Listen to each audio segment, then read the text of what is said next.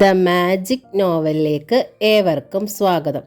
Kottayam പുഷ്പനാഥിൻ്റെ നാഗമാണിക്യം part 2. ഈ novel നിങ്ങൾക്ക് ഇഷ്ടമാകുന്നുണ്ടെങ്കിൽ like ചെയ്ത്, ഷെയർ ചെയ്ത്, സബ്സ്ക്രൈബ് ചെയ്ത് ഹൈപ്പും കൂടി ചെയ്യണേ. അല്പസമയം കഴിഞ്ഞപ്പോൾ ദേവനാരായണൻ ക്ഷേത്രത്തിലെത്തി. എന്നാൽ ദേവപ്രിയ അവിടെ എങ്ങും കണ്ടില്ല. എവിടെ പോയിരിക്കും? അയാൾ ചുറ്റും നോക്കി. ശ്രീകോവിലിനൊരു വലം വെച്ച് നോക്കിയ ശേഷം സംശയിച്ചു നിന്നു. ഇനി എവിടെയാണ് കാണുക? പെട്ടെന്ന് ക്ഷേത്രക്കുളത്തിൻ്റെ ഓർമ്മ വന്നു. ആദ്യമായി ആ ക്ഷേത്രം കാണാൻ വന്നപ്പോൾ ആ പ്രദേശമെല്ലാം ചുറ്റി നടന്ന് കണ്ടപ്പോൾ പായൽ മൂടി അവിടെയായി താമരപ്പൂക്കൾ വിടർന്നു നിൽക്കുന്ന ക്ഷേത്രക്കുളം കണ്ടിരുന്നു. അതിന് ചുറ്റും വൃക്ഷങ്ങൾ വളർന്ന് അതിൽ പടർന്നു കയറിയ കാട്ടുവള്ളിയുടെ ശിഖരങ്ങൾ ജലപ്പരപ്പിലേക്ക് ഞാന്നു കടന്നിരുന്നു. ആകപ്പാടെ വിജനമായിരുന്നു ആ പ്രദേശം. ഏതായാലും വന്ന സ്ഥിതിക്ക് അവിടെ കൂടി ഒന്ന് നോക്കാമെന്ന് തീരുമാനിച്ച ദേവനാരായണൻ ആ ഭാഗത്തേക്ക് നടന്നു. അയാൾ ക്ഷേത്രക്കുളത്തിൻ്റെ അടുത്തെത്തി. അതാ നിൽക്കുന്നു ദേവപ്രിയ. അവൾ കുളത്തിലേക്ക് നോക്കി നിൽക്കുകയാണ്. അപ്പോൾ കുളത്തിലെ ജലനിരപ്പിൽ ദേവനാരായണൻ ഒരു കാഴ്ച കണ്ടു. നിശ്ചലമായിരിക്കുന്ന പ്രകൃതിയിൽ കുളത്തിലെ ജലം ഇളകി മറിയുന്നു. പായലുകൾ ഓളങ്ങളിൽ എന്നതുപോലെ താഴുകയും ഉയരുകയും ചെയ്യുന്നു. അതുപോലെ താമരപ്പൂക്കൾ ഇളകി മറിയുന്നു. ദേവപ്രിയേ, ദേവനാരായണൻ വിളിച്ചു. അവൾ തിരിഞ്ഞു നോക്കി. ദേവനാരായണൻ. അവളുടെ അധരം ചലിച്ചു. പെട്ടെന്ന് അവൾ അയാളുടെ അടുത്തേക്ക് അതിവേഗം നടന്നു വന്നു. വരൂ, പോകാം, അവൾ നിർബന്ധ രൂപേണ പറഞ്ഞു. ദേവനാരായണന്റെ നോട്ടം അപ്പോഴും കുളത്തിലെ ഇളകി മറിയുന്ന ജലപ്പരപ്പിലേക്കായിരുന്നു. എന്താണത്? അയാൾ ചോദിച്ചു. പഴയ കുളമല്ലേ, ധാരാളം മത്സ്യങ്ങൾ കാണുമായിരിക്കും, അവൾ സാധാരണ മട്ടിൽ പറഞ്ഞു. ഈ സമയം ജലപ്പരപ്പിലെ ചലനം പെട്ടെന്ന് നിന്നു. വരൂ, നമുക്ക് പോകാം, ദേവപ്രിയ നിർബന്ധിച്ചു. ഒന്നുകൂടി തിരിഞ്ഞു നോക്കിയ ശേഷം അയാൾ അവളുടെ പിന്നാലെ നടന്നു. എങ്കിലും അതിശയം തന്നെ, അയാൾ നടക്കുമ്പോൾ മന്ത്രിച്ചു. ദേവപ്രിയ അതിന് മറുപടി നൽകിയില്ല. അവളുടെ മനസ്സിൽ ഭീതിയായിരുന്നു. ഏതെങ്കിലും കാരണത്താൽ ദേവിയുടെ മനസ്സ് മാറിയാൽ സംഭവിക്കുന്നത് എന്താണെന്ന് അവൾക്കറിയാം. ദേവനാരായണൻ ജീവിതം മുഴുവൻ അന്ധനായി കഴിയേണ്ടി വരും. പക്ഷേ തന്നോടത് ചെയ്യില്ലെന്നറിയാം. കാരണം ദേവിയാണല്ലോ ഈ ബന്ധം തുടങ്ങി വെച്ചത്. ദേവപ്രിയ പൂജ നടത്താതെ ബലിക്കലിനടുത്തേക്ക് നിന്നു. എന്താ, പൂജ കഴിഞ്ഞില്ലേ? അയാൾ ചോദിച്ചു. ഇല്ല, ഇന്ന് അല്പം വൈകിയേക്കും, ഞാൻ വന്നോളാം, അവൾ പറഞ്ഞു. സന്ധ്യ ആകുന്നു. അയാൾ പടിഞ്ഞാറോട്ട് നോക്കി. സൂര്യൻ മറഞ്ഞിരുന്നു. ക്ഷേത്ര പരിസരം നിഴൽ മൂടിയിരുന്നു. പൊയ്ക്കോളൂ, ഞാൻ വരാം, ഇതൊക്കെ പതിവാണ്, അവൾ പറഞ്ഞു. ശരി, ദേവനാരായണൻ ശ്രീകോവിലേക്ക് നോക്കി തൊഴുതു മടങ്ങി. അല്പം കഴിഞ്ഞപ്പോൾ ദേവിയും പരിവാരങ്ങളും എത്തി. ഇനി ഇത് ആവർത്തിക്കരുത്, ദേവി താക്കീത് ചെയ്തു. പൊറുക്കണം, അവൾ അപേക്ഷിച്ചു. നിന്നിലുള്ള രഹസ്യം അയാൾ അറിയരുത്. ഞാനത് ചെയ്തത് അവളുടെ അമ്മയെ കരുതിയായിരുന്നു, ദേവി അരുൾ ചെയ്തു. ദേവപ്രിയ പൂജ കഴിഞ്ഞ് ക്ഷേത്ര പരിസരം കടന്ന് വഴിയിലെത്തിയപ്പോൾ പിന്നിൽ വടക്ക് കുറ്റിക്കാട്ടിൽ ആരോ സംസാരിക്കുന്നത് കേട്ടു. ആ പോകുന്നത് കൊച്ചു തമ്പുരാട്ടിയല്ലേ? ഒരാൾ ചോദിച്ചു. അതെ, സന്ധ്യ ആയാലും പേടിയില്ല. മറ്റൊരാൾ. എങ്കിൽ നമുക്കൊന്ന് പേടിപ്പിക്കണം. എടുത്തോണ്ട് ചെല്ലാനാ നമ്പ്യാരുടെ മൂത്ത മോൻ പറഞ്ഞിരിക്കുന്നത്. ആദ്യത്തെ ആൾ കുറ്റിക്കാട്ടിൽ നിന്ന് വെളിയിൽ വന്നു. കൃഷ്ണൻകുട്ടി നമ്പ്യാരുടെ മൂത്ത മകൻ മാധവൻ. ആളല്പം മോശമാണ്. പണം കൊണ്ട് സാധിക്കാൻ കഴിയാത്തത് ബലം കൊണ്ട് നേടുന്നവനാണ് അയാൾ. അന്നാട്ടിലെ സാധുക്കളായ പെൺകുട്ടികൾക്കൊരു പേടി സ്വപ്നമാണ് അയാൾ. സ്നേഹിതന്മാർ കൂടി പല സ്ത്രീകളെ അപകടപ്പെടുത്തിയിട്ടുണ്ട്. അങ്ങനെയുള്ള സംഭവങ്ങൾ തേച്ചു മായ്ച്ചു കളയാനും അയാൾ മിടുക്കനാണ്. ആരാ പോകുന്നത്? അവിടെ നിൽക്ക്. രണ്ടുപേരും ദേവപ്രിയയുടെ പിന്നാലെ ഓടിയെത്തി അവളെ പിടിക്കാൻ ഭാവിച്ചു. നിങ്ങൾക്കെന്താ, കണ്ണു കണ്ടൂടെ? ദേവപ്രിയ ചോദിച്ചു. അവൾ പറഞ്ഞ നിമിഷം അവരുടെ കാഴ്ചയ്ക്ക് എന്തോ തകരാറുപോലെ തോന്നി. രണ്ടുപേരും കണ്ണുകൾ തിരുമി. അടുത്ത നിമിഷം രണ്ടാളും തികച്ചും അന്ധരായി തീർന്നു. ദേവപ്രിയ അതൊന്നും ശ്രദ്ധിക്കാതെ ഇല്ലത്തേക്ക് പോയി. രാത്രി വളരെയായിട്ടും കൂട്ടുകാരെ കാണാഞ്ഞ് മാധവൻകുട്ടി തിരക്കി ഇറങ്ങി. തേങ്ങാപ്പുരയിൽ ചെന്ന് നോക്കി. അവിടെയാണ് അവരുടെ രാത്രി ജീവിതം. പക്ഷെ അവിടെ രണ്ടാളും എത്തിയിട്ടില്ല. മാധവൻ തൻ്റെ രഹസ്യ താവളങ്ങളിലെല്ലാം പരതി നടന്ന ശേഷം തിരിച്ചുപോയി. അടുത്ത നാൾ അവരെ അന്വേഷിച്ചു, കണ്ടെത്തിയില്ല. അതോടൊപ്പം വൈകുന്നേരം ദേവപ്രിയ ക്ഷേത്രത്തിലേക്ക് പോകുന്നത് കാണുകയും ചെയ്തു. അതിനടുത്ത ദിവസം രണ്ടുപേരുടെ ശവങ്ങൾ പുഴയിൽ പൊന്തി നടന്നു. പോലീസ് വന്ന് മൃതദേഹങ്ങൾ പുറത്തെടുത്തു. ഒരു പോറൽ പോലും ശരീരത്തിലുണ്ടായിരുന്നില്ല. പോസ്റ്റ്മോർട്ടത്തിന് കൊണ്ടുപോയ ആ മൃതശരീരങ്ങൾ ഏറ്റുവാങ്ങാൻ ആരും പോയതുമില്ല. എന്നാൽ മാധവൻകുട്ടിയുടെ മനസ്സിൽ സംശയത്തിൻ്റെ നാമ്പുകൾ കിളിർത്തിരുന്നു. ദേവനാരായണൻ മാഷ് അങ്ങനെ ഒരു പ്രവൃത്തി ചെയ്യില്ലെന്ന് അയാൾക്ക് നിശ്ചയമുണ്ട്. പിന്നെ അതെങ്ങനെ സംഭവിച്ചു? ഇതിനിടയ്ക്ക് മാന്ത്രികനും ജ്യോത്സ്യനുമായ മാനവേദൻ നമ്പൂതിരിക്ക് സംശയം ബലപ്പെട്ടുകൊണ്ടിരുന്നു. കാരണം ജയശ്രീയുടെ ജാതകം പരിശോധിപ്പിച്ചപ്പോഴുണ്ടായ സംഭവം അദ്ദേഹത്തിൻ്റെ ഓർമ്മയിൽ കടന്നു വന്നു. രാശിപ്പലകയിൽ ശംഖുകൾക്കും കവടികൾക്കും ജീവൻ വന്നതും അവ സർപ്പാകൃതി പൂണ്ടതും അദ്ദേഹം ചിന്തിച്ചു. തനിക്ക് തെറ്റുപറ്റിയോ? ഇന്ന് വരെ തൻ്റെ ജ്യോത്സ്യവും ദേവപ്രശ്നങ്ങളും പിഴച്ചിട്ടില്ല. തൻ്റെ കണക്കുകൂട്ടലുകൾ അനുസരിച്ച് ജയശ്രീക്ക് വിവാഹം നടന്ന രാത്രി വരെ മാത്രമേ ആയുസുള്ളൂ. അതിനങ്ങോട്ടുള്ള ശൂന്യാവസ്ഥയാണ്. പിന്നെയുള്ളത് അന്ന് ഉപബോധ മനസ്സിൽ കണ്ട കാഴ്ച. ഒന്നുകൂടി പ്രശ്നം വെച്ച് നോക്കാൻ അദ്ദേഹം തീരുമാനിച്ചു. തൻ്റെ ഇല്ലത്തിനോട് ചേർന്നുള്ള ചാവടിയിൽ കയറി അദ്ദേഹം കവടി സഞ്ചി എടുത്തു. മുരുകനെ മനസ്സിൽ വരുത്തി പ്രാർത്ഥിച്ചു. രാശിപ്പലകയിൽ ശംഖുകളും കവടികളും നിരത്തി. കവടി വാരി ഗണിച്ച് ഹരിച്ച് ശിഷ്ടം കണ്ടു. ഇല്ല, അങ്ങോട്ടില്ല. അങ്ങനെയെങ്കിൽ എന്തോ സംഭവിച്ചിട്ടുണ്ട്. മാനവേദൻ കണക്കുകൂട്ടി. ഏതായാലും ക്ഷേത്രത്തിൽ പോയി ഒന്ന് നോക്കാം, മാനവേദൻ തീരുമാനിച്ചു. നേരം പാതിരാവാൻ അദ്ദേഹം കാത്തിരുന്നു. ആകാശത്തും മേഘങ്ങൾ നിറഞ്ഞിരുന്നു. ഇടയ്ക്കു മാത്രം ചന്ദ്രൻ മുഖം കാണിച്ചുകൊണ്ടിരുന്നു. മാനവേദൻ ഇരുളിൽ നടന്നു. ക്ഷേത്ര കവാടത്തിലെത്തിയപ്പോൾ അകത്ത് നിലാവിൻ്റെ പ്രകാശമുണ്ട്. ആകാശത്തേക്ക് നോക്കിയപ്പോൾ മേഘങ്ങൾ കിഴക്കോട്ട് മാറിയ മട്ടുണ്ട്. ആരാത്? ക്ഷേത്രത്തിൻ്റെ തെക്കേ പടിഞ്ഞാറേ മൂലയിലുള്ള യക്ഷിപ്പാലയുടെ ചുവട്ടിൽ നിന്ന് ആരോ ചോദിക്കുന്നു. ഞാൻ മാനവേദൻ. ആരാണ്? ഇങ്ങോട്ട് ഇറങ്ങി വരാം. അദ്ദേഹം യക്ഷിപ്പാലയുടെ അടുത്തേക്ക് ചെന്നു. നിങ്ങളുടെ പ്രശ്നം ശരി തന്നെയാണ്. കൂടുതലൊന്നും അറിയേണ്ട ആവശ്യമില്ല. ഇനി ഇതേക്കുറിച്ച് ചിന്തിച്ച് സമയം നഷ്ടപ്പെടുത്തരുത്. ഒരു സ്ത്രീ സ്വരമാണ് കേട്ടത്. ഉവ്വ്, പറഞ്ഞതുപോലെ, മാനവേദൻ മറുപടി കൊടുത്തു. പിന്നീട് അദ്ദേഹം അവിടെ നിന്നില്ല. ഉടൻ തന്നെ മടങ്ങിപ്പോരുകയും ചെയ്തു. 2-3 ദിവസം കഴിഞ്ഞു. ഒരു നാൾ മാനവേദൻ ഒരു ദേവപ്രശ്നം കഴിഞ്ഞ് സൂര്യമംഗലം തറവാടിനടുത്തുകൂടി നടന്നു വരികയായിരുന്നു. അന്നൊരു ഞായറാഴ്ചയായിരുന്നു. ഇല്ലത്തിൻ്റെ പടിപ്പുര വാതുക്കൽ ചെന്നപ്പോൾ വെറുതെ അകത്തേക്കൊന്ന് നോക്കി. മുറ്റത്ത് തുളസിത്തറയുടെ അടുത്ത് ദേവനാരായണൻ നിൽക്കുന്നു. അവർ തമ്മിൽ കാണുകയും ചെയ്തു. കയറിയിട്ട് പോകാം, മാഷി പറഞ്ഞു. പെട്ടെന്ന് മാനവേദൻ്റെ ഉള്ളിൽ ഒരാശയം രൂപെടുത്തു. ജയശ്രീയെ കാണാമല്ലോ. മാനവേദൻ പടിപ്പുര കടന്ന് മുറ്റത്ത് കാൽ ചവിട്ടി. കയറിയിരിക്കൂ. ദേവനാരായണൻ പായ നിവർത്തിയിട്ടു. മാനവേദൻ ഇരുന്നു. നടന്ന് ക്ഷീണിച്ചു കാണുമല്ലോ. എന്താ വേണ്ടത്? ഇളനീരോ സംഭാരമോ? ദേവനാരായണൻ ചോദിച്ചു. സംഭാരമാവാം, മാനവേദൻ പറഞ്ഞു. അങ്ങനെ പറഞ്ഞതിൽ മറ്റൊരു ഉദ്ദേശവും ഉണ്ടായിരുന്നു. ജയശ്രീയെ കാണുകയും ചെയ്യാമല്ലോ. മാനവേദൻ വന്ന വിവരം ദേവപ്രിയ അറിഞ്ഞു കഴിഞ്ഞിരുന്നു. ദേവനാരായണൻ വിവരം പറയേണ്ട താമസം. അവൾ ഓട്ടുമൊന്തയിൽ സംഭാരവുമായി വന്നു കഴിഞ്ഞു. ഓട്ടുമൊന്ത അവൾ ദേവനാരായണൻ്റെ കയ്യിലാണ് കൊടുത്തത്. അപ്പോൾ മാനവേദൻ അവളുടെ കണ്ണുകളിലേക്ക് നോക്കി. പെട്ടെന്ന് അയാൾ നോട്ടം പിൻവലിച്ചു. ആ കണ്ണുകൾ സന്ധ്യയാവാൻ തുടങ്ങുന്നതേയുള്ളൂ. നിലവള കറവാതുക്കൽ ഇരിപ്പുണ്ട്. തിരികൾക്ക് ജീവൻ നൽകിയിട്ടില്ല. മങ്ങിയ നിഴൽ വരാന്തയിലുണ്ട്. ആ സമയത്താണ് ജയശ്രീ അയാൾ നോക്കിയത്. അസാധാരണ നിലയിലുള്ള ഒരു പ്രകാശമാണ് ആ കണ്ണുകളിൽ അയാൾ കണ്ടത്. മാനവേദൻ്റെ നെറ്റി ചുളിഞ്ഞു. എന്തോ അയാൾ നോട്ടം പിൻവലിച്ചു കളഞ്ഞു. ആ കണ്ണുകളിലേക്ക് നോട്ടം തറപ്പിക്കാൻ അയാൾക്ക് ശേഷി പോരെന്ന് തോന്നി. ദേവനാരായണൻ്റെ കൈകളിൽ ഓട്ടുമൊന്തയിരിക്കുന്നു. ഇതാ, അയാൾ പറഞ്ഞു. അപ്പോഴാണ് താൻ ഒരു സ്വപ്ന ലോകത്താണെന്ന് മാനവേദന തോന്നിയത്. സംഭാരം വാങ്ങി കുടിച്ചുകൊണ്ട് അയാൾ ദേവപ്രിയെ അടിമുടി ഒന്ന് നോക്കി. അയാൾ വല്ലാതെയായി. കാരണം അയാൾ സംഭാരം കുടിക്കുന്നതിനിടയിൽ തൻ്റെ മുന്നിൽ നിൽക്കുന്ന ദേവപ്രിയെ സ്തംഭന മന്ത്രത്താൽ അവിടെ തന്നെ നിർത്തണമെന്ന് കരുതി. അയാൾ മന്ത്രം ജപിക്കാൻ ആരംഭിച്ചതും ദേവപ്രിയയുടെ ശരീരത്തിലുണ്ടായിരുന്ന വസ്ത്രങ്ങൾ പതുക്കെ അയാളുടെ ദൃഷ്ടിയിൽ നിന്ന് അപ്രത്യക്ഷമാകാൻ തുടങ്ങി. ആദ്യം അവളുടെ ബ്ലൗസ് വഴുതി മാറി നഗ്നമായ മാറിടങ്ങൾ കണ്ടു. പിന്നെ അവിടുന്ന് താഴേക്ക് പൊക്കിൾ കൊടി, കൊഴുത്ത് നഗ്നമായ കാലുകൾ. മാനവേദന ആകെ വിറച്ചുപോയി. അയാളുടെ കയ്യിലിരുന്ന സംഭാരം തുളുമ്പി താഴെ ഇറ്റിറ്റു വീണു. എന്തു പറ്റി വടക്കേടം? ദേവനാരായണൻ ചോദിച്ചു. ഓ, ഒന്നുമില്ല. അയാൾ സമനില വീണ്ടെടുത്തു. കയ്യിലിരുന്ന ഓട്ടുമൊന്ത അനങ്ങാതിരിക്കാൻ ശ്രമിച്ചു. അപ്പോൾ ദേവപ്രിയ അകത്തേക്ക് കയറിപ്പോയി. വിവസ്ത്രയായ ഒരു സ്ത്രീ അകത്തേക്ക് പോകുന്നത് പോലെയാണ് മാനവേദന തോന്നിയത്. തുടിപ്പാർന്ന അവളുടെ നിതംബങ്ങൾ അയാളെ കോരിത്തരിപ്പിച്ചു.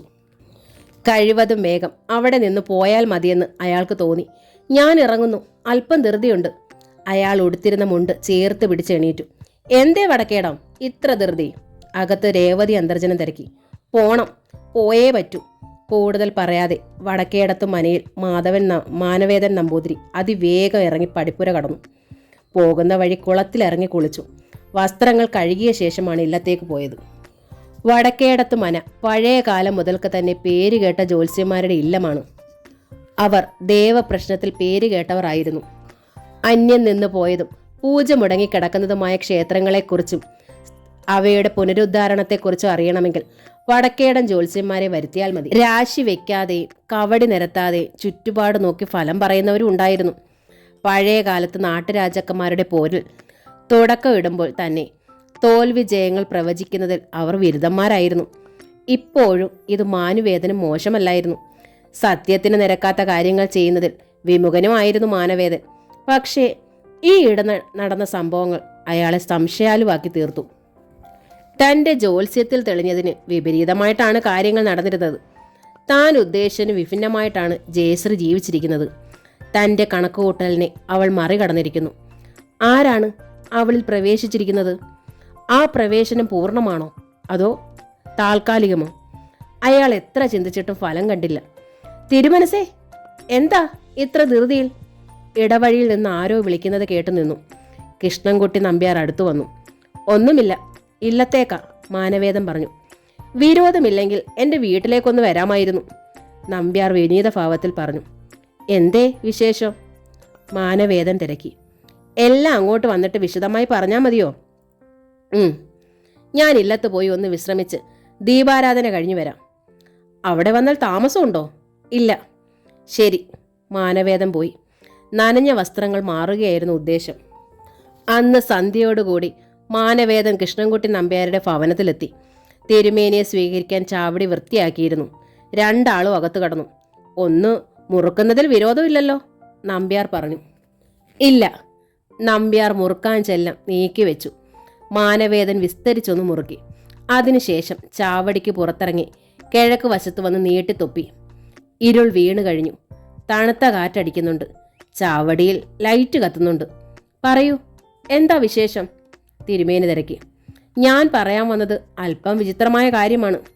അതായത് സൂര്യമംഗല ഇല്ലത്തെ കൊച്ചു തമ്പുരാട്ടി. നമ്പ്യാർ നിർത്തി. മാനവേദന്റെ മുഖത്തേക്ക് നോക്കി. അത് കേട്ടപ്പോൾ മാനവേദന്റെ മുഖത്തൊരു ഭാവവ്യത്യാസം ഉണ്ടായി. എങ്കിലും അത് പുറത്തധികം പ്രകടിപ്പിക്കാതെ ഉള്ളിലൊതുക്കി. പറഞ്ഞോളൂ. അതിൻ്റെ വേളി പ്രതീക്ഷിക്കാതെ കഴിഞ്ഞില്ലേ? തിരുമേനി അങ്ങോട്ട് ചോദിച്ചു. കഴിഞ്ഞു. ഞാൻ പറയാൻ വന്നത് ആ കാര്യമല്ല. പിന്നെ ഈയിടെ എനിക്ക് ചില അനുഭവങ്ങളുണ്ടായി. നമ്പ്യാർ മാനവേദനെ നോക്കി. അദ്ദേഹം നമ്പ്യാരെ തന്നെ ശ്രദ്ധിച്ചിരിക്കുകയാണ്. പറയൂ, കേൾക്കട്ടെ. തനിക്കും താല്പര്യമുള്ള കാര്യം തന്നെയാണ് നമ്പ്യാർ പറയാൻ പോകുന്നതെന്ന് മാനവേദൻ ഊഹിച്ചു. തിരുമനസിനോട് തുറന്നു പറയാമല്ലോ. സൂര്യമംഗല ഇല്ലത്തെ ആ ജയശ്രീ തമ്പുരാട്ടി ഉണ്ടല്ലോ, അതിനെന്തോ സിദ്ധി ലഭിച്ചിട്ടുണ്ട്, നമ്പ്യാർ പറഞ്ഞു. എങ്ങനെ മനസ്സിലായി? മാനവേദൻ ചോദിച്ചു. ഉള്ളത് പറയാമല്ലോ. വേലിക്കുട്ടിയുടെ കാര്യം മറച്ചു വെച്ചുകൊണ്ട് മറ്റ് 2 പേർക്കുണ്ടായ അനുഭവം നമ്പ്യാർ പറഞ്ഞു. ഞാൻ ആ തമ്പുരാട്ടിക്കുട്ടി ഒന്ന് പേടിപ്പിക്കാൻ വേണ്ടി, മറ്റൊന്നിനുമല്ല. ദീപാരാധന കഴിഞ്ഞാൽ അവിടെയും ഇവിടെയും നിന്ന് സമയം കളഞ്ഞ് രാവേറെ കഴിഞ്ഞാണ് ഇല്ലത്ത് ചെല്ലുന്നത്. അതൊന്ന് നിർത്തണമല്ലോ എന്ന് കരുതി ഞാൻ 2 പേരെ അയച്ചൊന്ന് വിലക്കി. എന്ന് വെച്ചാ ഒന്ന് പേടിപ്പിച്ചു നോക്കി. എന്നിട്ട്? മാനവേദൻ സംശയത്തോടെ ചോദിച്ചു. പിറ്റേന്ന് രാവിലെ അവരെ കണ്ടില്ല. 3-ാം പക്ക അവരുടെ ശവം തോട്ടിൽ പൊന്തി. ഏതായാലും ആരും കൊന്നതല്ല. കാരണം ശവത്തിൽ ഒരു പരിക്കു കണ്ടില്ല. ഓഹോ, അതായിരുന്നു സംഗതി. അപ്പോൾ നമ്പ്യാർ അയച്ചതാണ് അവരെ അല്ലേ? തിരുമേനി ചോദിച്ചു. ക്ഷമിക്കണം, തിരുമനസ് മാത്രമേ അറിഞ്ഞിട്ടുള്ളൂ, ആരോടും പറഞ്ഞേക്കരുത്, നമ്പ്യാർ അപേക്ഷാസ്വരത്തിൽ പറഞ്ഞു. ഇല്ല, പറയില്ല. ഞാനതങ്ങ് മറന്നു പോരെ. പിന്നെ അത് ആ കുട്ടിയുമായുള്ള ബന്ധമാണ് ഞാൻ നിരീക്കുന്നത്. മാനവേദൻ ചിന്തയിലാണ്ടു. അല്പസമയത്തേക്ക് 2 ആള് ശബ്ദിച്ചില്ല. ഈ സമയം മച്ചിലൊരു ഗൗളി സാവധാനം കാലുകൾ നീക്കിക്കൊണ്ടിരുന്നു. അസാധാരണ വലിപ്പത്തിലുള്ള ആ പല്ലി പതുക്കെ പതുക്കെ അവരുടെ നേരെ മുകളിലെത്തി. അതിരുഭാഗത്ത് കത്തിനിന്ന ബൾബിന്റെ ഷേഡിൽ നിഴൽ വീണിരുന്നു. അതുകൊണ്ട് ഗൗളി അവർക്ക് ദൃഷ്ടിഗോചരമല്ലായിരുന്നു. അവർ സംസാരിക്കുന്നത് ശ്രദ്ധിച്ചുകൊണ്ടായിരുന്നു ഗൗളി ഇരുന്നിരുന്നത്. അതെ, അതുകൊണ്ട് തന്നെയാണ് ഞാനും ചിന്തിക്കുന്നത്. നമ്പ്യാർ അല്പം പുകയില കൈവെള്ളയിലിട്ട് ഞെരടി അണയിൽ തിരികെ. അപ്പോൾ ഒരു കാര്യം ചെയ്താലോ? തിരുമേനി പറഞ്ഞു. എന്താ? എന്ത് ചെലവ് വന്നാലും ഞാൻ സഹിക്കാം, നമ്പ്യാർ ഉറപ്പ് നൽകി. ഒരഗ്നി നിമിത്തം ഹോമം നടത്താം. അതിലാരാണ് അവളുടെ ദേഹത്ത് കൂടിയിരിക്കുന്നതെന്ന് കാണാൻ കഴിയും. പക്ഷേ ചെലവ് ഇത്തിരി അധികമാണ്. കുറഞ്ഞത് 50,000 വന്നേക്കും. ഇപ്പം എല്ലാറ്റിനും വിലയല്ലേ. പിന്നെ 2 സഹായികളെയും വേണം. രാത്രി വേണം നടത്താൻ. അതിനുള്ള സൗകര്യം ഉണ്ടാവണം, മാനവേദൻ വിശദീകരിച്ചു. അതൊന്നും അത്ര സാരമുള്ള കാര്യമല്ല. എന്താന്ന് കണ്ടുപിടിക്കണം. അത് കഴിഞ്ഞ് ആ ശക്തി അങ്ങനെയൊന്നുണ്ടെങ്കിൽ ഇല്ലായ്മ ചെയ്യുകയും വേണം, നമ്പ്യാർ പറഞ്ഞു. വേണോ? പിന്നെയും അതാണ് ഞാൻ ആലോചിക്കുന്നത്. കാരണം നമ്മോടൊന്നും തന്നെ ചെയ്തിട്ടില്ലല്ലോ. ആ മാഷ് വന്നതുകൊണ്ട് ആ കുട്ടി രക്ഷപ്പെട്ടു. പിന്നെ അതിനെന്തോ ദുർഗതി ഉണ്ടായിരുന്നു ജാതകവശാൽ. അത് നീങ്ങി കാണും. നമ്മൾ എന്തിനാ ആവശ്യമില്ലാത്ത കാര്യത്തിന്? മാനവേദന പിൻവാങ്ങിയാൽ കൊള്ളാമെന്ന് തോന്നി. കാരണം തനിക്ക് ഇല്ലത്ത് വെച്ചുണ്ടായ അനുഭവമായിരുന്നു. അത് നമ്പ്യാരോട് പറഞ്ഞാൽ കൂടുതൽ കുഴപ്പമാകുമെന്ന് അയാൾ കരുതി. അങ്ങനല്ല, എന്തേലും ചെയ്തേ പറ്റൂ. ഞാൻ തിരുമനസിന് എന്ത് വേണേലും തരാം.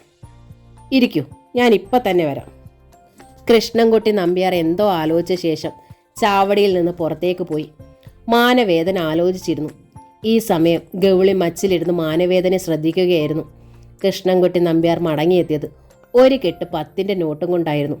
ഇത് 1000 രൂപയാണ്, എടുത്തോളൂ. നമ്പ്യാർ മാനവേദന നീട്ടി. ആ നോട്ട് കണ്ടപ്പോൾ മാനവേദൻ്റെ കണ്ണുകൾ തിളങ്ങി. ജീവിതത്തിൽ ആദ്യമായിട്ടാണ് ഇങ്ങനെയൊരു രംഗം തൻ്റെ ജീവിതത്തിലുണ്ടാകുന്നത്. സാധാരണ പ്രശ്നങ്ങൾക്ക് മറ്റും പോയാൽ കിട്ടുന്നത് 101 രൂപയാണ്. അതും വല്ലപ്പോഴും മാത്രം. ഇതാ, ഒന്നും വിചാരിക്കണ്ട, വാങ്ങിക്കോളൂ. ഞാൻ ലക്ഷ്യം വെക്കുന്ന കാര്യം നേരെയായാൽ ഇനിയും തരും, നമ്പ്യാർ പറഞ്ഞു. നിർബന്ധമാണെങ്കിൽ നാളെ സൂര്യാസ്തമനം കഴിഞ്ഞു അഗ്നിനിമിത്ത ഹോമം നടത്താം. ഒരു ഒഴിവ് സമയമുണ്ട്. രാവിലെ ഞാൻ ചാർത്തെത്തിക്കാം. 2 പേർ ഒരുക്കാൻ വേണം, മാനവേദൻ പറഞ്ഞു. എല്ലാം ശരിപ്പെടുത്താം. ആ സൗകര്യം പോരെ? നമ്പ്യാർ ചോദിച്ചു. ചാവടിക്ക് പിന്നിൽ സൗകര്യമുണ്ടേൽ അത് നന്നായി. മാനവേദൻ പിന്നോട്ട് നോക്കി. ഉണ്ട്, ചുറ്റുമരങ്ങളുണ്ട്, പിന്നെ മതിൽക്കെട്ടും, നമ്പ്യാർ പറഞ്ഞു. നമ്പ്യാരുടെ വീടിൻ്റെ തെക്കുവശം ഒരു ചുടുകാടിനപ്പുറമാണ്. പിന്നെ ഒരു സർപ്പക്കാവുണ്ട്. അവിടെയാണെങ്കിൽ 100 പാല് നിവേദിച്ചിട്ട് വർഷങ്ങളായിരിക്കുന്നു. അസംതൃപ്തരായ നാഗങ്ങൾ ചിലപ്പോൾ ചാവടിയുടെ പിന്നിലൊക്കെ വെയിൽ കൊണ്ട് കിടക്കും. കൂടാതെ ഇരുൾ മൂടിക്കിടക്കുന്ന ഒരു കുളവുമുണ്ട്. കുളത്തിൽ പായൽ മൂടിക്കിടക്കുന്നു. അവിടേക്ക് ചാഞ്ഞു നിൽക്കുന്ന കാട്ടുവൃക്ഷങ്ങളിൽ നിന്ന് വള്ളികൾ ഞാന്നു കിടക്കുന്നു. ആ വള്ളികളിൽ ചിലപ്പോൾ ചുറ്റിക്കിടക്കുന്ന നാഗങ്ങളും കാണും. അവിടെ പൊന്തിക്കിടക്കുന്ന ആമ്പലിൻ്റെ ഇലകളിൽ തലചായ്ച്ചിരിക്കുന്ന നാഗങ്ങളെയും കാണാം. രാത്രിയിൽ സഞ്ചരിക്കുന്ന പക്ഷികളും വാവലുകളും ആ പ്രദേശത്ത് ധാരാളമായിട്ടുണ്ട്. അവിടെ എന്ത് നടന്നാലും പുറലോകം അറിയില്ല. കൃഷ്ണൻകുട്ടി നമ്പ്യാർ അപ്പോൾ തന്നെ ഹോമത്തിനുള്ള വകകൾ ഒരുക്കാനുള്ള എല്ലാ ഏർപ്പാടുകളും ചെയ്തു. എന്തിനും പോകുന്ന 2 ജോലിക്കാരെ അതിനായി അയാൾ നിയോഗിച്ചു. ഉച്ച കഴിഞ്ഞപ്പോൾ എല്ലാ സാധനങ്ങളും അവർ എത്തിച്ചു. ചാവടിയുടെ പിൻവശത്തെ പുല്ലുകളും കുറ്റിക്കാടുകളും വെട്ടി വൃത്തിയാക്കി. അതിനുശേഷം ഒരാഴി കൂട്ടാനുള്ള സൗകര്യവും ശരിപ്പെടുത്തി. മാനവേദൻ സന്ധ്യയോടുകൂടി എത്തി. ആഴിയിൽ അഷ്ടതരുക്കൾ എറിഞ്ഞു. ജ്വാലകൾ ഒന്നിനോടൊന്ന് മത്സരിച്ച് മുകളിലേക്കുയർന്നു. മാനവേദൻ മന്ത്രാക്ഷരങ്ങൾ ഉരുവിട്ടുകൊണ്ട് ആഴിയിലേക്ക് മഹാദ്രവ്യങ്ങൾ എറിഞ്ഞുകൊണ്ടേയിരുന്നു. ഒടുവിൽ അഗ്നിജാലകളുടെ ഉൾവശം ഒരു ഗോളം പോലെയായി. അപ്പോൾ അതിനുള്ളിൽ പതുക്കെ പതുക്കെ ഒരു മുഖം തെളിയാൻ തുടങ്ങി. ജ്വാലകൾ ചലിക്കുന്നതിനോടൊപ്പം മാനവേദന്റെ മുഖത്ത് ഭാവമാറ്റം പ്രത്യക്ഷപ്പെട്ടു തുടങ്ങി. അതുവരെ ശാന്തമായിരുന്ന അയാളുടെ കണ്ണുകൾ ഒരു കടുവായുടെ കണ്ണുകൾ പോലെ രൂക്ഷമാകാൻ തുടങ്ങി. രുദ്രമന്ത്രം അയാളെ ഒരു ക്രൂരനാക്കി മാറ്റുകയായിരുന്നു. അയാൾ ശിഷ്യനെ വിളിച്ചു. ഡാ കിട്ടപ്പാ. എന്തോ? അടിയൻ. അവൻ അടുത്തേക്ക് നീങ്ങി നിന്നു. ഇതാ, ഇത് കയ്യിൽ വെച്ചോളൂ. മാനവേദൻ കത്തിക്കൊണ്ടിരുന്ന ആഴിൽ നിന്ന് ഒരു കത്തി വലിച്ചെടുത്തു. നീണ്ട് അഗ്രം വളഞ്ഞ ആ കത്തി തീയിൽ പഴുത്ത് ചുവന്നിരുന്നു. അത് അതിനകത്ത് അയാൾ വെച്ചിരുന്നത് ആരും കണ്ടില്ല. തൊട്ടടുത്ത് നിന്നിരുന്ന കിട്ടപ്പായും അയ്യാവും അത് ശ്രദ്ധിച്ചില്ല. മാനവേദൻ നീട്ടിയ കത്തി കണ്ടപ്പോൾ കിട്ടപ്പ ഭയന്ന് വിറച്ചുപോയി. ഡാ, ഇതിന്റെ കൈപ്പിടിയിൽ ചൂടില്ല. ഇത് നിനക്ക് പേടിയാണെങ്കിൽ തോളി കിടക്കുന്ന 2-ാം മുണ്ടെടുത്ത് ചുറ്റി പിടിച്ചോളൂ, മാനവേദൻ പറഞ്ഞു. അത് കേട്ടപ്പോൾ കിട്ടപ്പായ്ക്ക് സമാധാനമായി. അയാൾ തുണി കൈവെള്ളയിൽ ചുറ്റിയ ശേഷം പതുക്കെ പേടിച്ച് കത്തിയുടെ പിടിയിൽ പിടിച്ചു. കത്തിയുടെ വായ്ത്തലയിൽ നിന്ന് നേരിയ ജ്വാലകൾ ഉയരുന്നുണ്ടായിരുന്നു. ഇനി എന്താണ് മാനവേദൻ പറയുന്നതെന്ന് കേൾക്കാൻ അയാൾ തയ്യാറായി ഹോമകുണ്ടത്തിനടുത്ത് ചേരുന്നു. അപ്പോൾ അഗ്നിജാലകൾക്കിടയിൽ ഒരു രൂപം തെളിഞ്ഞു വന്നു. ആദ്യം പ്രത്യക്ഷപ്പെട്ടത് കൂർത്ത് മൂർത്ത ദംഷ്ട്രകളായിരുന്നു. കടവായിൽ നിന്ന് പുറത്തേക്ക് ചാടിയ 2 വളഞ്ഞ പല്ലുകൾ, അതിന് പിന്നിൽ അഗ്രം കോർത്ത കാതുകൾ. പിന്നീട് കണ്ടത് കഴുകന്റെ ചുണ്ടുകൾ പോലുള്ള നാസിക, അതിന് ഇരുവശത്തും 2 ചോര കണ്ണുകൾ. അതീവ ഭീകരമായിരുന്നൊരു മുഖമായിരുന്നത്. മാനവേദൻ അടുത്ത് ശിഷ്യനെ നോക്കി. അയ്യാവ് അത് മനസ്സിലാക്കി കുറെ മാറിക്കെട്ടിയിരുന്ന ആട്ടിൻകുട്ടി അഴിച്ചുകൊണ്ട് വന്നു. കിട്ടപ്പ, മാന്ത്രികൻ നോക്കി. ഉടൻ കിട്ടപ്പ ആടിനെ ഇടതു കൈകൊണ്ട് വലിച്ചു നീക്കി ഹോമകുണ്ടത്തിനടുത്തേക്ക് കൊണ്ടുവന്നു. കത്തി കഴുത്തിൽ കൂടി കടന്നുപോയി. രക്തം അഗ്നിയിൽ കണ്ട രൂപത്തിന്റെ മുഖത്ത് ചീറ്റി. നിമിഷങ്ങൾ കഴിഞ്ഞു. രക്തം മുഴുവൻ തീർന്ന ആടിന്റെ ശരീരം കിട്ടപ്പ തെക്കുവശത്തേക്കുള്ള കാട്ടിലേക്ക് വലിച്ചെറിഞ്ഞു. അവിടെ അപ്പോൾ ഏതോ ജീവികൾ ഓടുകയും ശബ്ദം ഉണ്ടാക്കുകയും ചെയ്തു. അടുത്ത നിമിഷം അഗ്നിയിൽ കണ്ട രൂപം എന്തോ ശബ്ദിച്ചു. അടുത്ത് തന്നെ നിനക്ക് കാണാം. ഈ കത്തി ആടിന്റെ ശിരസിൽ പ്രയോഗിച്ചതുപോലെ ചെയ്യൂ. ആ രൂപം ശബ്ദിച്ചു. ആ സമയം അഗ്നിജാലകൾക്കുള്ളിൽ ഒരു പൈശാചിക രൂപം മറയുകയും മറ്റൊന്ന് പതുക്കെ തെളിഞ്ഞു വരാൻ തുടങ്ങുകയും ചെയ്തു.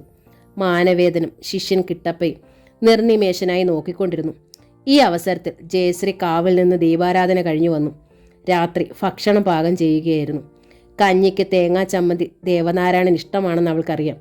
കൂട്ടത്തിൽ കണ്ണിമാങ്ങയുണ്ടെങ്കിൽ അസലായി എന്ന് അയാൾ അടുത്ത നാളിൽ പറയുകയുണ്ടായി. അതിനായി അവൾ അകലെ ഒരു സ്ഥലത്ത് നിന്ന് പ്രാവിനെ കൊണ്ട് കുറേ വരുത്തിച്ചു. അടുത്തെങ്ങും കണ്ണിമാങ്ങയ്ക്ക് സമയമായിട്ടില്ലെന്ന് ദേവനാരായണൻ പറഞ്ഞപ്പോൾ അതൊരു സ്ത്രീ കാവിൽ വന്നപ്പോൾ പറഞ്ഞയച്ചു കൊണ്ടുവന്നതാണെന്ന് അവൾ പറഞ്ഞു ധരിപ്പിച്ചു. അയാൾ അത് വിശ്വസിക്കുകയും ചെയ്തു. ഭക്ഷണം പാകം ചെയ്തുകൊണ്ടിരുന്നപ്പോൾ അവൾക്ക് എന്തോ ഒരു ബുദ്ധിമുട്ട് തോന്നിക്കൊണ്ടിരുന്നു. ശരീരം മുഴുവൻ വിയർപ്പിൽ കുളിച്ചു. പുറത്ത് നല്ല തണുപ്പുണ്ടായിരുന്നിട്ടും വിയർക്കുന്നതിന്റെ കാരണം കണ്ടുപിടിക്കാൻ അവൾ ശ്രമിച്ചപ്പോൾ തനിക്ക് ചുറ്റുമായി അല്പം അകലെ നിന്നും അഗ്നിനാളങ്ങൾ അടുത്തുകൊണ്ടിരിക്കുന്നത് അവൾ കണ്ടു. ഉടൻ തന്നെ അവളുടെ ഉൾക്കണ്ണ് പ്രവർത്തിച്ചു. അവൾ അടുക്കളയിൽ നിന്ന് അകത്തളത്തിൽ വന്നു. അവിടെ നിന്ന് വടക്ക് കിഴക്ക് ഭാഗത്തേക്ക് നോക്കി നിന്നു. അകലെയായി അവളുടെ നോട്ടത്തിൽ ഏതോ പ്രകാശം പൊന്തി താഴ്ന്നത് കണ്ടു. അതുവരെ അവളുടെ മനസ്സ് പ്രവർത്തിച്ചതിൽ ഏറിയ പങ്കും മനുഷ്യ മനസ്സായിരുന്നു.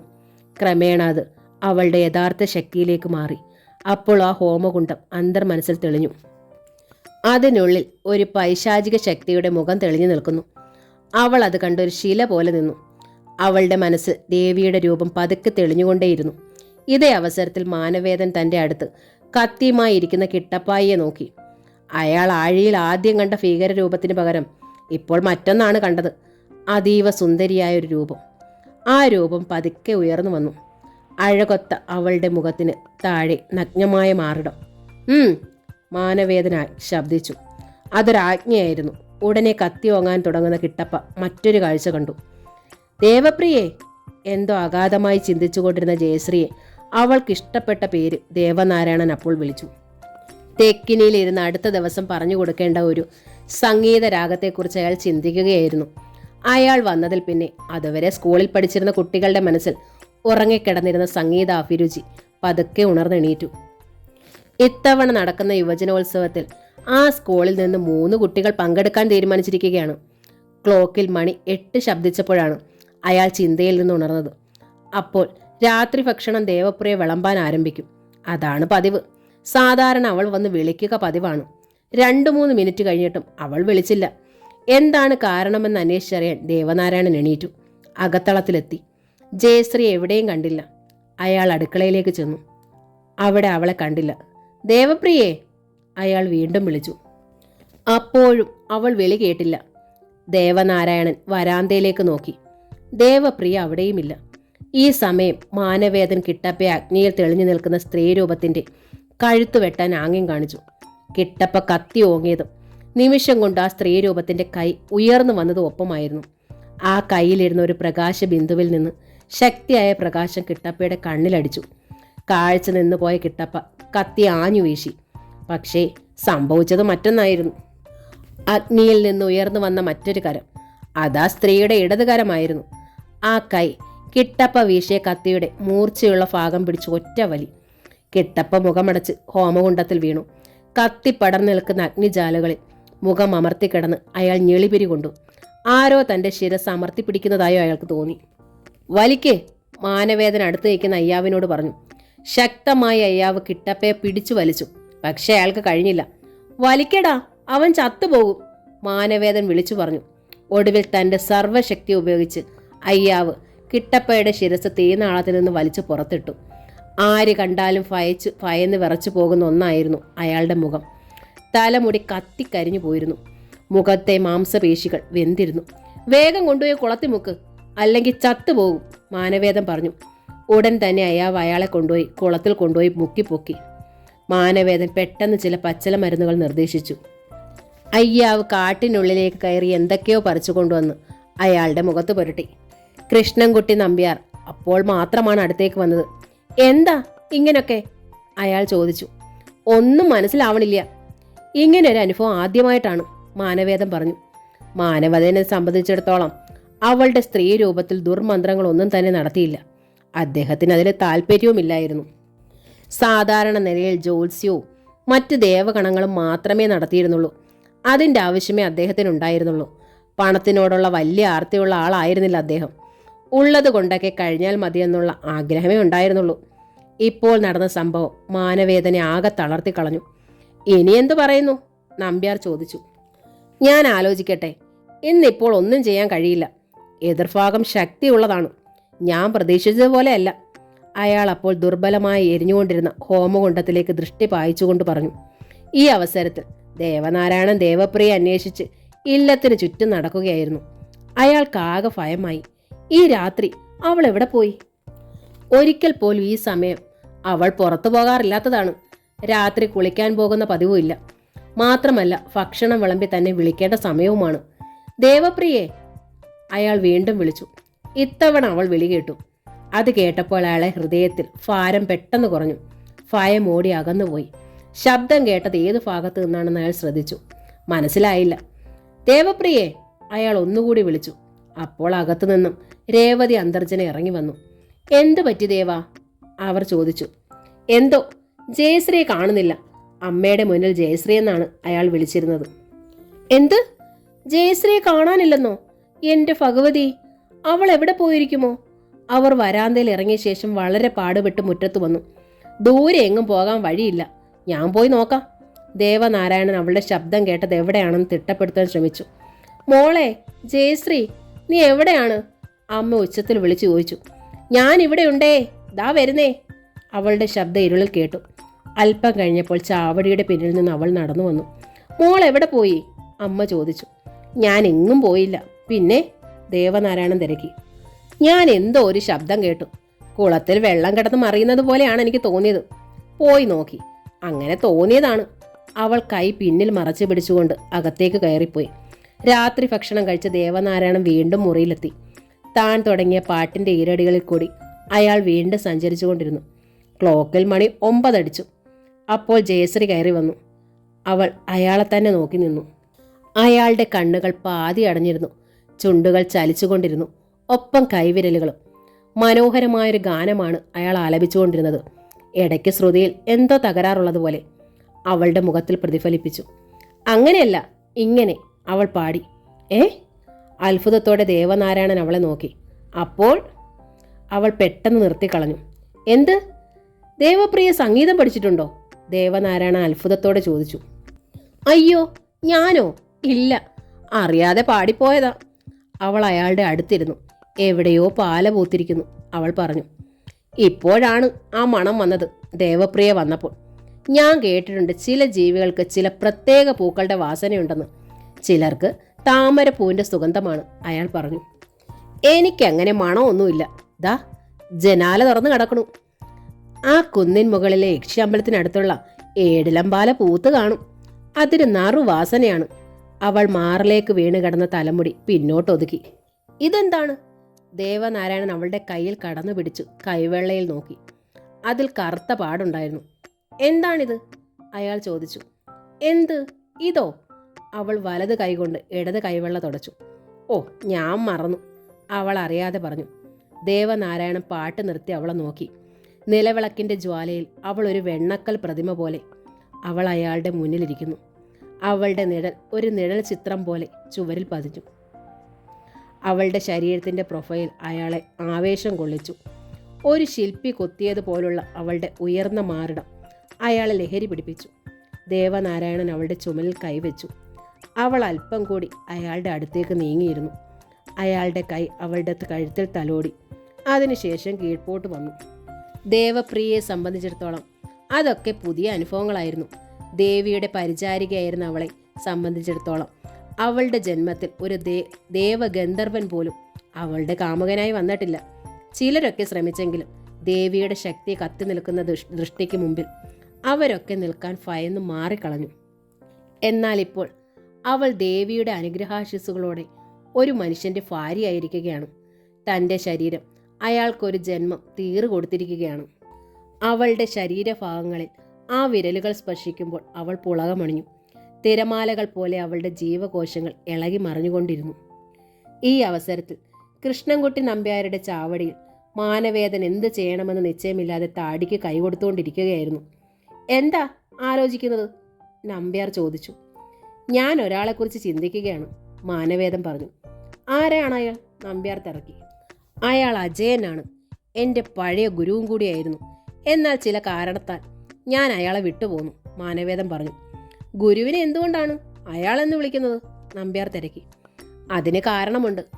ആ മനുഷ്യൻ ഭീകരനാണ്. പലതരത്തിലുള്ള രുദ്രമന്ത്രങ്ങൾ അഭ്യസിച്ചവനും അത് പ്രവൃത്തിയിലാക്കിയവനും. പല ജന്മങ്ങൾക്ക് മുൻപ് പരകായ പ്രവേശം എന്ന അപൂർവ മന്ത്രം കൈവശമാക്കി ഇപ്പോൾ 7ാമത്തെ ജന്മത്തിൽ നിൽക്കുന്ന ആളുമാണ്, മാനവേദൻ പറഞ്ഞു. അയാൾ പറഞ്ഞത് എന്താണെന്ന് നമ്പ്യാർക്ക് മനസ്സിലായില്ല. നാഗമാണിക്യം എന്ന നോവലിൻ്റെ ഈ ഭാഗം ഇവിടെ പൂർണ്ണമാവുകയാണ്. അടുത്ത ഭാഗം ഉടൻ തന്നെ അപ്ലോഡ് ചെയ്യുന്നതായിരിക്കും.